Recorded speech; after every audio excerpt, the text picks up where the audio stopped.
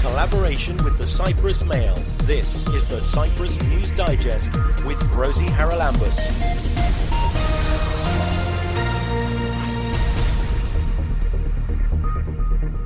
Coming up this week, we discuss gender-based discrimination in the Cyprus National Guard. Our legal framework at the time of their recruitment was indeed different, but the principle of equality is affirmed in our constitution. The island has a new species of lizard, which is now classed as endemic. The DNA showed that there are huge differences among these lizards, and we identified at least 3 distinct species. One is found only on Cyprus, it's the Kurkutas of Cyprus, which is endemic now. And efforts continue with events to cut back on our plastic pollution. The enterprises to be aware and try to reduce some of the plastics that are not necessary. We've talked many times on the Cyprus News Digest about the issue of gender equality. Well, much in the news over the last 10 days or so has been the treatment of female soldiers who have been discriminated against, it seems quite clearly, in terms of promotions, meaning that they lose out as well on the pay. So joining us to discuss the issue, and I believe it's now going to court, from the Mediterranean Institute of Gender Studies, we welcome Susanna Pavlou. Susanna, first and foremost, this involves quite a large number of female recruits, I believe. What exactly have they said is the problem? Right, indeed. It does affect quite a good number of recruits. If I'm not mistaken, it's 119 women that have been adversely affected.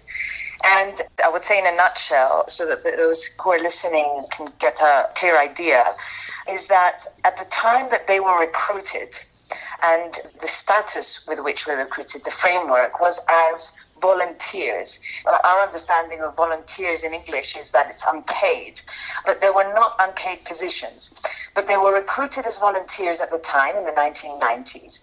And during that time, the procedures and the regulations around the recruitment and promotion of women and men in military were different.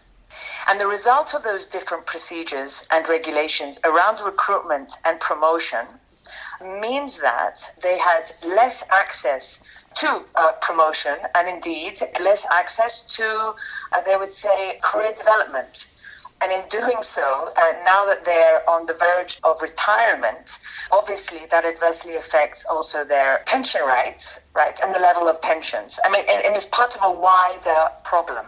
The Ombudsman, which is the Commissioner for Administration, that had twice in 2 reports had looked at this issue, had found that having different regulations and procedures for women and men at the time was discriminatory against women, that it violated the principle of equality in relation to access to employment and in relation to access to career development. And in doing so, this has had a negative impact on these 119 women that are proceeding with legal action against the Ministry of Defence. I need to be clear on this. You say it was in the 90s. So at that time, was it legal in Cyprus to discriminate between the genders like this? And if it was, that definitely changed, I think, when we joined the European Union. So why weren't the requisite changes made to the legislation and things brought up to the way they should be?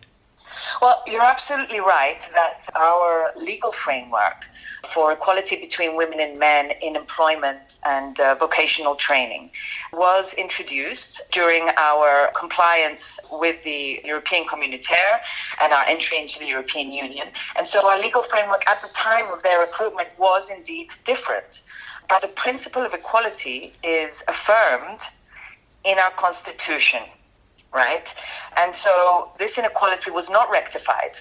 These procedures and regulations have changed since then, but we did not go back to rectify the impact of the inequalities that existed in the 1990s. And so without rectifying this since then, the negative consequences and the negative impact on these women remained, because their career development in the National Guard is impacted by the framework within which they were recruited at the time in the 1990s. I don't know if that's clear, yeah? What I mean to say is that there is no need for any amendment to the legal framework. The legal framework is clear. As it is on so many other issues in Cyprus, because we're so keen in Cyprus to say that some amendment needs to be done in our legal framework. Our legal framework is clear on this. It's a clear violation of our legal framework and a failure to rectify past inequalities and injustices in access to rights in relation to employment, promotion, career development, and indeed, in the end, pensions. Well, and you would think surely that the Defence Ministry has it very easily within its power to put things right pretty well pronto, and yet we've had the Gender Equality Commissioner, I think, this week or last week, criticising the Defence Ministry and the armed services for not taking corrective action. They apparently came back and said that they're waiting for a judgment from the administrative court. You wouldn't think they'd need to wait for that judgment, would you? Well, I mean, this is the kind of thing that I'm referring to, because I've seen it, as you know, and I think we've discussed this on a number of times for a number of issues. But what we've identified is that we are always waiting either for legislative amendments or judgments from the court in order to, as you say, take correctional actions in order to rectify injustice or inequalities. And indeed, the Defence Ministry had claimed that even if they had access, so they admit that they did not have equal access, but what they said, and which was criticised by the Commissioner for Equality, but also by the MPs during the discussion when they discussed the issue this week, was that the Defence Ministry had said even if they had equal access to opportunity, it does not mean they would have gotten those promotions. And the Ombudsman's reaction to that, and I'm speaking of the Commissioner for Administration that had positioned itself in this regard, had said that their role is not to foresee what the result of any possible claim for promotion would have been, that their job was to ensure equal access to opportunity, and in such a way, according to our legal framework, to ensure equal results, right? Because often women and men might have different biological realities. For example, women give birth, women may take maternity leave, but our legal framework is there, including international conventions, which we have signed up to ensure that those differences will not unjustly impact a women's right to opportunities, whether it's in employment or in other sectors.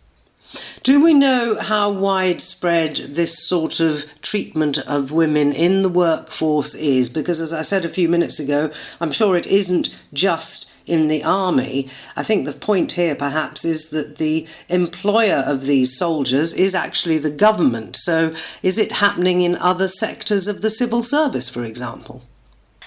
Well, what we know are the numbers, Rosie. So we know that, for example, in the education sector, it's a very clear example where it is often claimed by the government that there is no inequality in the education sector because the education sector is comprised of 75% women, right? As is largely the case in, these sort of traditional, inverted commas, traditional women's occupations, right? In, like the health sector, the education sector. But when we take a closer look at these figures, at the data, we find that in fact, even though the education sector is comprised of 75% women, women in higher positions, in higher ranks of education, are actually underrepresented vis-a-vis their overrepresentation more widely in the education sector. So we find that there is this sort of vertical segregation of women and men in access to power and access to promotion.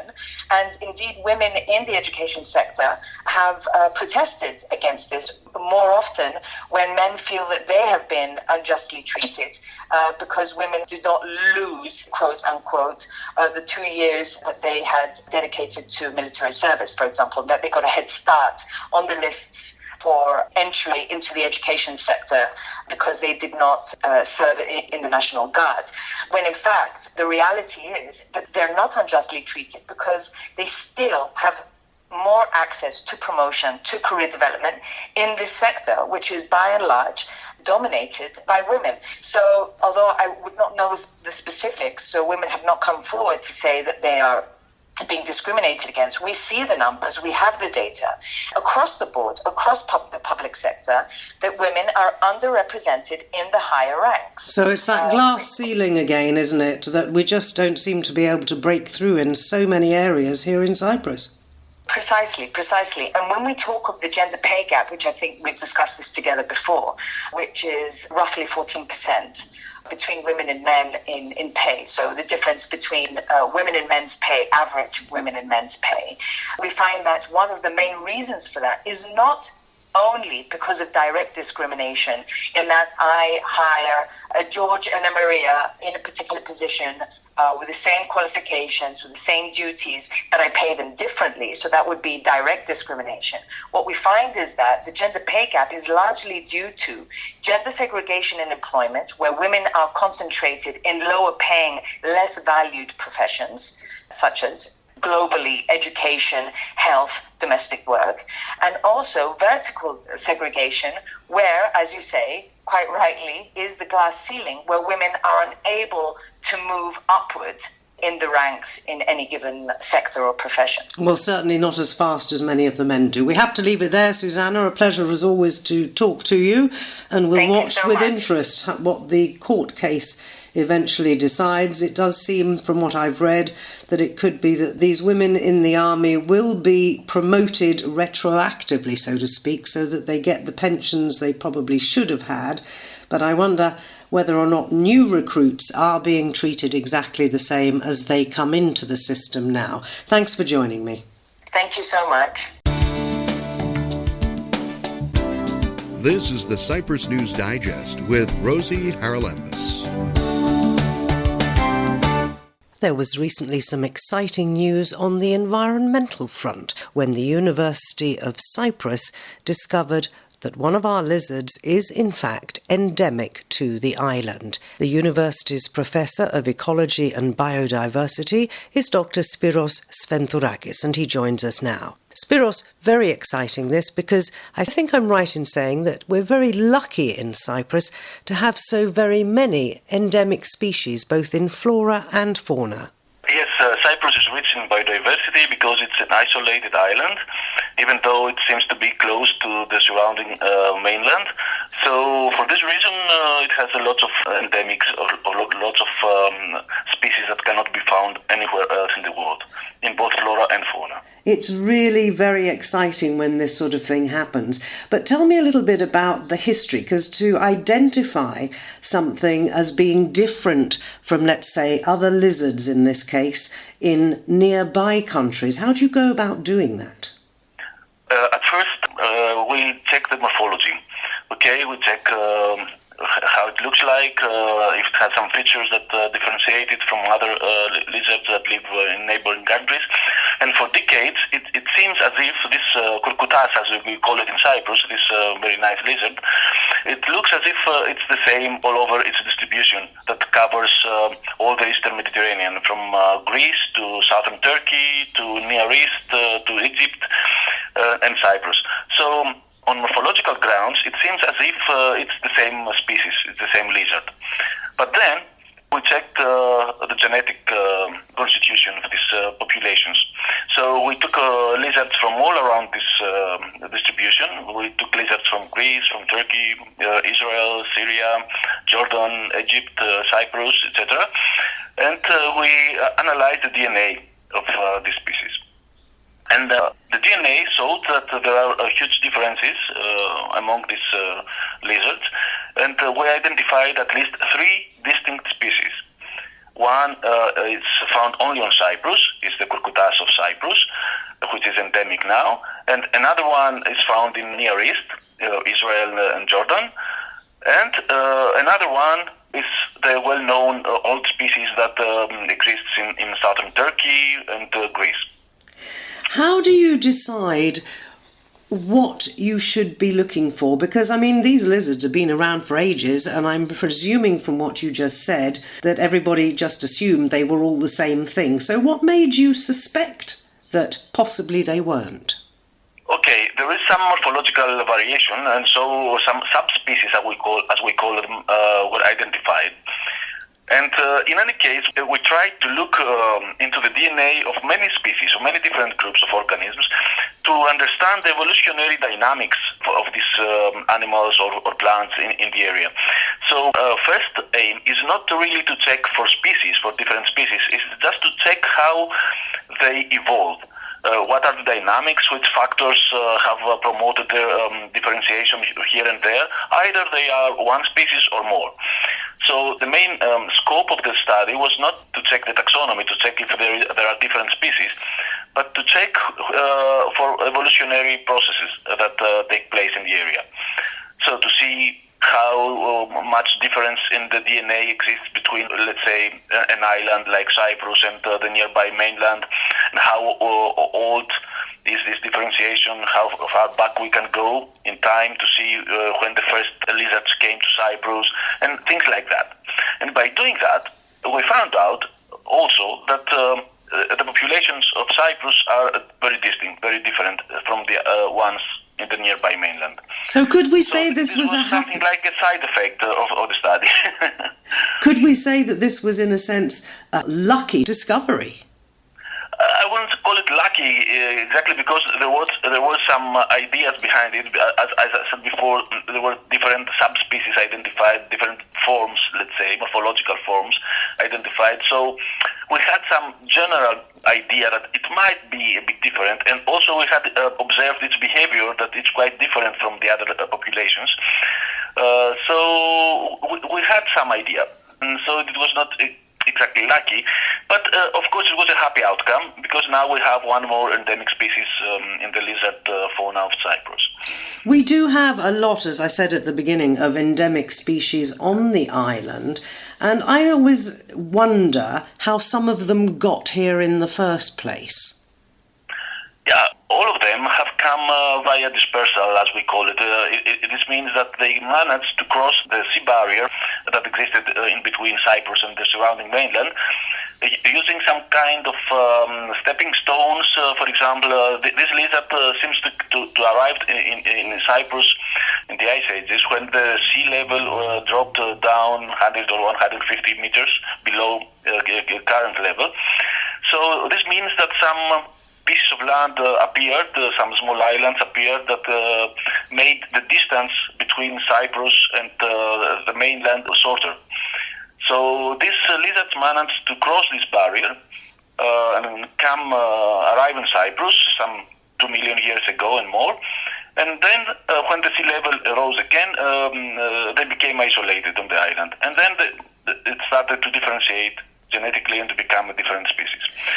Similar phenomena have been observed with other organisms like plants and other animals.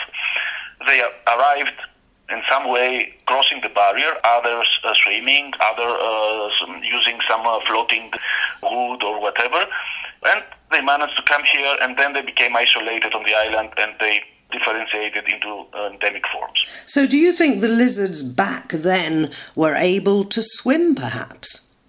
Not really swim, but maybe they could be isolated on floating debris or floating wood that went into the sea due to some tempest or whatever.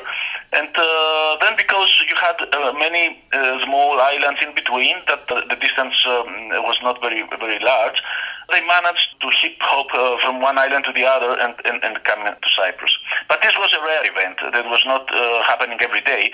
So the first animals that managed to do that became isolated and then became a new species. Well, it's serendipitous, is it not, that there were enough of them to actually mate and make more, as it were? Yes, of course, it could not be only one animal, but it could be a small populations. Let's say maybe the founding population could be a small number of them. And then they multiplied here because they found some new place to live, abundant food and whatever, and then they multiplied. But this happened more than 2 million years ago, so they had plenty of time to become abundant, and now we find them everywhere on the island. Yeah, and they're lovely animals, but I wonder, are there fossils or any other sort of historic evidence that you can compare with today's kurkudas to see how they have evolved since they've been on the island? Okay, we do have the evidence, because if we check the letters of the genetic code of the DNA that they have, okay, we can see the differences in this series of letters, the sequences of the DNA as we call them, with the similar DNA letters that we see in the populations in, let's say, Israel or Syria. Okay, and then we see all these differences, and then we can estimate the time that has passed in order to so many differences to appear.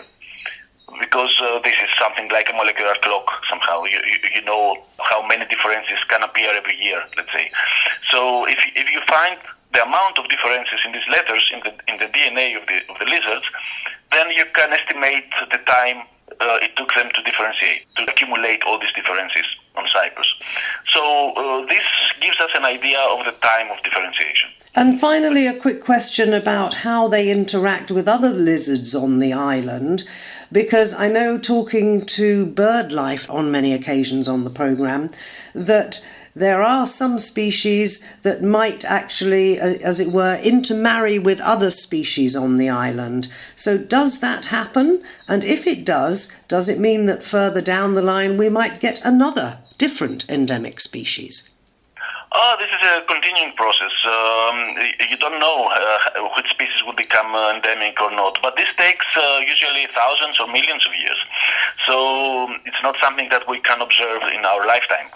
Okay, so we only see the processes that take place today or that took place in the past, and then we can infer some hypotheses for the future.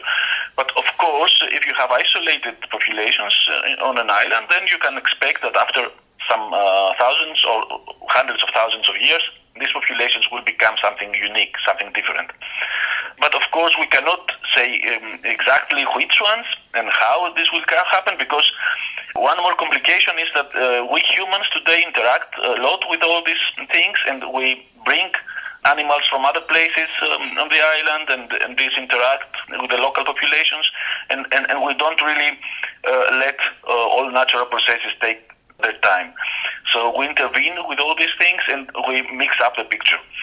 But yes, we might expect, for example, that if a lizard like let's say the common lizard that we have here on the island, there is no local name, but the Latin name is Ophisops elegans, which is very common all around the Mediterranean, the Eastern Mediterranean, and arrived quite recently, maybe with the help of humans. But if it still remains here for many thousands of years, then it can become something different, something unique. This is a continuing process. That's Dr. Spiros Sventouragis, Professor of Ecology and Biodiversity at the University of Cyprus. Last week, the Cyprus Sustainable Tourism Initiative organised an event to discuss plastic and particularly, of course, plastic pollution. They've been very proactive in trying to clean up our beaches here in Cyprus, and this event took in a much wider range of things. One of the panellists came from the International Union for Conservation of Nature, the IUCN, and she joins us now. She is Mercedes Munoz Cañas, who is an Ecosystem Programme Officer with the IUCN. Mercedes, thanks very much for joining me. Now, I know the work of the IUCN covers a lot of different areas, but I want to talk particularly about the Close the Plastic Tap programme, because I think that's one of the things that you were probably talking about while you were here in Cyprus. Yeah, exactly. Well, thanks for having me. And actually, the Close the Plastic Tap program is a worldwide program that we are developing, or IUCN is developing in several different areas. But me particularly, I'm developing that part in the Mediterranean because IUCN is, it has different offices around the world, and I work in the office that is the Center for Mediterranean Cooperation. So there we are developing the project, and the aim of this Close the Plastic Tap is try to find solutions to plastic pollution from science-based actions. So what sort of form does that take? Because obviously you've got to have the science to know in which direction to move, but you have worked, I think, closely with the Cyprus Sustainable Tourism Initiative. So are you, in a sense, coordinating some of the events that they do? Actually, with CSTI and in Cyprus, we were developing part of this worldwide project, and especially in the Mediterranean, it was the plastic waste-free islands in the Mediterranean.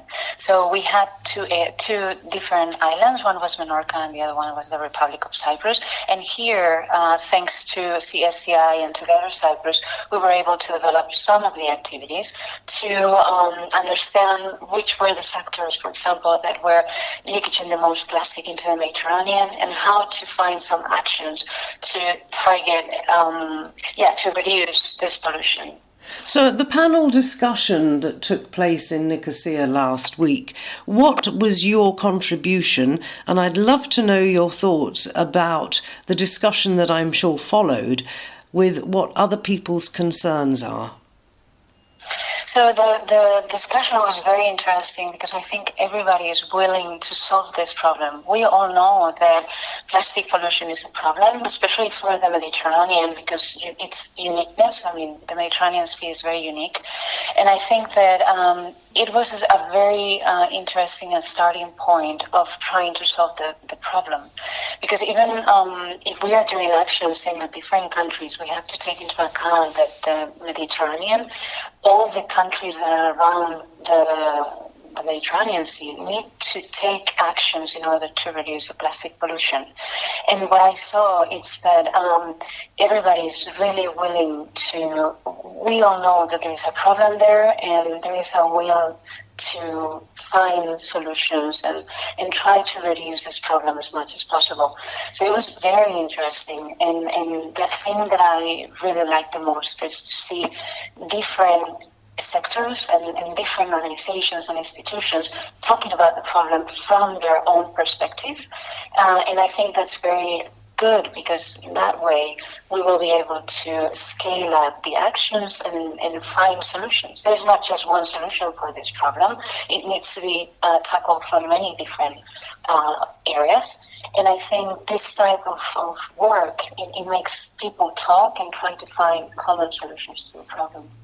There does seem to be a heavy reliance by governments on civil society for doing this work, when a lot of people might say, in actual fact, legislation is needed. We were way behind here in Cyprus with the banning of plastic bags and single-use plastics, and we're getting there, I suppose, thanks mostly to EU directives.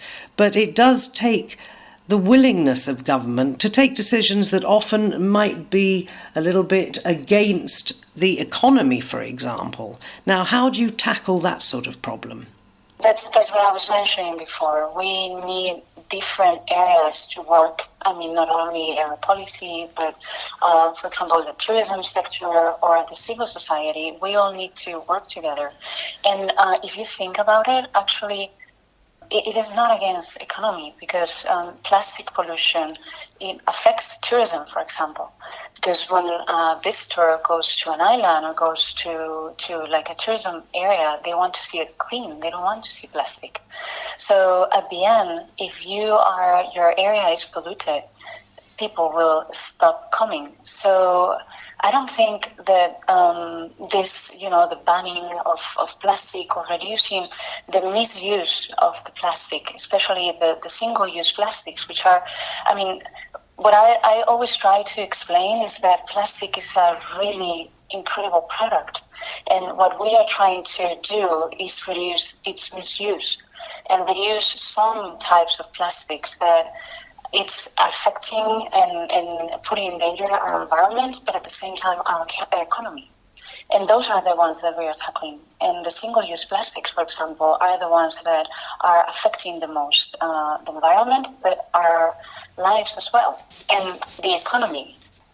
Because as I said, if you're a tourist, you want to see the area you're visiting clean. And sometimes this pollution, even if there is a lot of effort to clean the areas and things like that, you see it more than you should.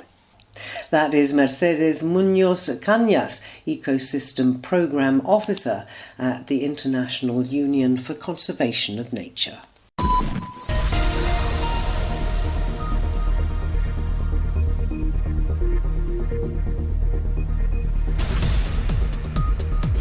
Well, that about wraps up this edition of the Cyprus News Digest. Many thanks for your company. Hope you'll join me next week. Till we meet again, take care and God bless. Bye-bye now.